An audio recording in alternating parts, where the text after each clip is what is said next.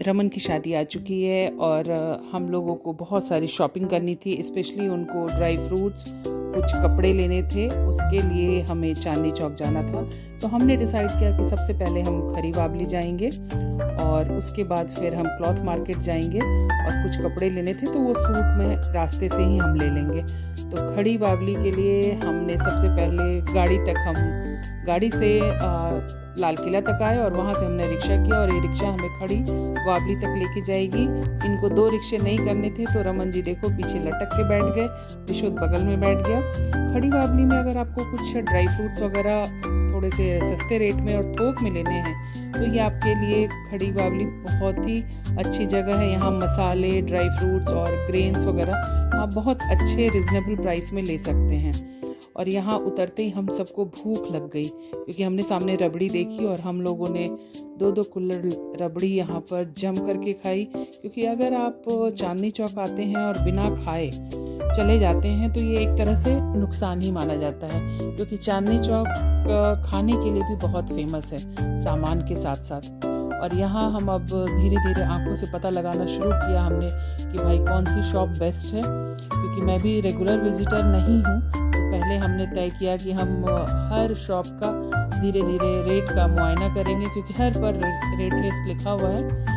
और इसके बाद खाने के बाद सबसे पहला काम हमने वही किया कि हम धीरे धीरे रेट का मुआयना करने लगे। सामने देखा तो पूरी सड़क अभी 11:30 बजते बजते भर चुकी थी और हम हर शॉप का मुआयना करने के बाद हमने 3-4 जगह से कुछ चीज़ें ली और करीब 15 किलो के आसपास हमने यहाँ से ड्राई फ्रूट्स और मसाले वगैरह खरीदे।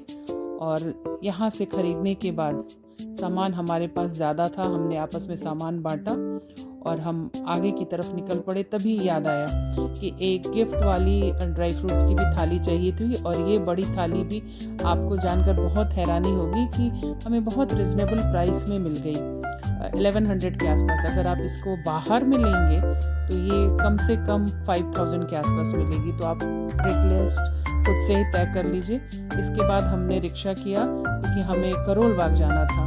क्लॉथ मार्केट का सॉरी मैं आपको नहीं दिखा पाई क्लिप क्योंकि वहाँ बहुत ज़्यादा रश था सैटरडे होने की वजह से। पर यहाँ से हम रिक्शा से निकल पड़े और बीच में हमें जो है एक जगह मिली जहाँ क्रॉकरी मार्केट की तरह लग रहा था। वो उसको हम लोग कहते हैं आज़ाद मार्केट, लाइब्रेरी आज़ाद रोड। उसकी मैं एक छोटी सी विजिटिंग कार्ड जो है वो मैं लगा दूंगी। तो अगर आपको क्रॉकरी वगैरह चाहिए तो आप वहाँ पर भी आकर के देख सकते हैं। बहुत अच्छी अच्छी क्रॉकरीज थी, लेकिन हम उतर के हमने शॉपिंग नहीं की, हम आगे बढ़ गए। हमारे पास सामान बहुत ज़्यादा है तो हम धीरे धीरे करोल बाग की तरफ निकल पड़े। क्योंकि करोल बाग अगर आपको कोई ड्रेस डिज़ाइनिंग के लिए अच्छे कपड़े चाहिए जो मॉल्स में मिलते हैं तो थोड़ा सा मेहनत आप करोगे तो आपको वहाँ पर बहुत रिजनेबल प्राइस में करोल बाग में आपको ड्रेसेस अच्छी अच्छी मिल जाती है। और हाँ, अगर आप अच्छे बार्गेनर हैं तो जो वहाँ का फुटपाथ है उस पर आप अच्छी बार्गेनिंग करेंगे तो वो भी आपकी बहुत अच्छी जो है एक तरह से पॉकेट सेविंग हो जाएगी। और यहाँ उतरने के बाद सबसे पहले हमने एक छोटे बच्चे की कुर्ता खरीदे, वो शॉप से ही खरीदा। और उसके बाद जो है फिर हम लोग निकल पड़े कि भाई अब हमारा जो डेस्टिनेशन पॉइंट है जहाँ हमने सूट वगैरह बनने दिया था उसे हम अब परचेज़ करेंगे। और धीरे धीरे हम अपने डेस्टिनेशन की तरफ बढ़ने लगे। तभी सडनली लगा कि नहीं, कुछ भूख और प्यास लग रही है। तो ये लोग खाने की तलाश करने लगे कि भाई कुछ तो खाना है। और आप चांदनी चौक, करोल बाग, सेंट्रल मार्केट अगर आएँ और बिना खाए जाएं तो शायद उस खाने की तौहीन हो जाएगी। तो बस अब हम लोग यहाँ पर खड़े होकर सोचने लगे कि क्या किया जाए। तभी हमें लगा कि ये फुटपाथ वालों से पूछा जाए कि इस शॉप में क्या कॉस्ट है। फिर हमने ध्यान से देखा, फिर हमें लगा नहीं, हमें यहाँ कुछ नहीं लेना, हम अपने शॉप पे तक चलेंगे। तब तक नींबू पानी पी और फिर जो हमारी शॉपिंग थी उसको हम करने के लिए फिर आगे बढ़ गए। तब तक रमन जी ने कहा कि भाई मुझे तो तरोताज़ा होना है, वो रिजुविनेट होने लगे। और विशुद्ध जी को गुस्सा आ रहा था क्योंकि उनको बहुत तेज भूख लगी हुई थी, उनको कुछ खाना था। पर यहाँ हमें खाने का कुछ नहीं दिख रहा था, सिर्फ पीने के लिए था। तो उन्होंने बंटा पिया और फिर इंतज़ार करने लगे कि अब हम आगे बढ़ते हैं। तब तक हमें हमारी नज़र पड़ी सामने रौनक पर। रौनक की भीड़ देखकर हम थोड़ा डर गए क्योंकि रौनक वहाँ पर करोल बाग में बहुत ही फेमस कुर्ते का शॉप है।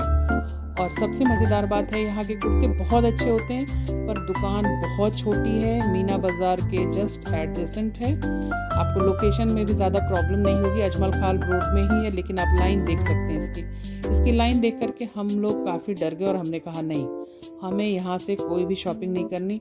इनफैक्ट रमन को कुर्ते भी लेने थे, पर उन्होंने लाइन देखकर, इतनी लंबी क्यू देखकर उन्होंने अपना डिसीज़न चेंज कर लिया। उन्होंने कहा कि नहीं, मैं तो यहाँ से नहीं लूँगा, सिरसा से लूँगा। और फिर हम जो उन लोगों का जहाँ पर उन्होंने अपना बनने के लिए दिया था, हम उस शॉप की तरफ बढ़ चले, द ग्रूम मेकर।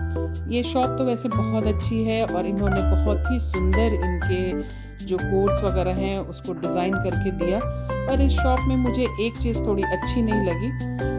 वैसे ये सब कुछ बहुत अच्छा देते हैं, पूरा एसेसरीज लगा करके ही देते हैं, जूते तक बना कर देते हैं। पर इन्होंने एक चीज़ करी कि रमन के जूते नहीं तैयार हुए थे, जबकि बहुत पहले की डेट थी। और जब हमने शिकायत की तो इन्होंने कहा कि नहीं देखो, हम तो सैटरडे को एंटरटेन नहीं करते हैं, ये हमें अच्छी नहीं लगी। ये देखो साथ में मैं आपको उसके साथ में कुछ ज्वेलरी शॉप्स था, वो भी मैं दिखा रही थी। और यहाँ पर देखो, यहाँ भीड़ अच्छी खासी है द ग्रूम मेकर्स में, पर यहाँ पर ये सैटरडे को इंटरटेन नहीं करते, मतलब सैटरडे संडे डिलीवरी नहीं देते सामान की। इसकी वजह से वर्किंग लोगों के लिए बहुत परेशानी, क्योंकि रमन भी चंडीगढ़ से आए थे, तो मुझे थोड़ा सा ये अजीब सा लगा। लेकिन भाई अब शादी है तो थोड़ा तो चलता है, बिना नरम गरम हुए तो चल नहीं सकता कुछ भी। तो बस हम लोग उनके ड्रेस का इंतज़ार करने लगे। लेकिन अभी मैं उन्होंने जो स्टिच कराया है वो मैं अभी आपको नहीं दिखाऊंगी, क्योंकि कुछ सरप्राइज़ भी रहने चाहिए जो मैं उनके शादी वाले पंजाबी ब्लॉग्स में दिखाऊंगी।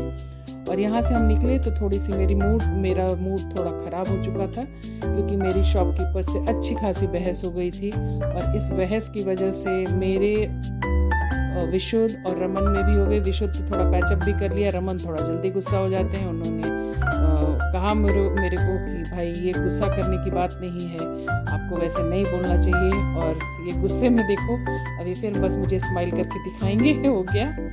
और फिर इसके बाद जो है हम लोग यहाँ से बर्गर किंग से चिकन बर्गर खा करके आराम से निकले। विशुद्ध तब तक थोड़ा शांत हो चुका था, उसको लग रहा था कि हाँ कुछ तो पेट में गया। और ये दिन मैं सच बताऊं तो बहुत मज़ा आया, बहुत अच्छा लगा। और अब भाई एक दोस्त की शादी है तो उसमें तो बनता है इतना। और हम लोग फिर इत्मीनान से निकल पड़े। और ये देखो यहाँ पर फुटपाथ पर कितनी भीड़ है बैग्स की।